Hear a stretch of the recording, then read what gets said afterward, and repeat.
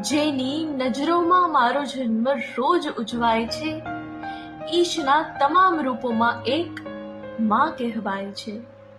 નથી લગાવતી માં હવે મેષનું કાળું ટપકું, એથી જ હર ડગલે દુનિયાનો ડર વર્તાય છે.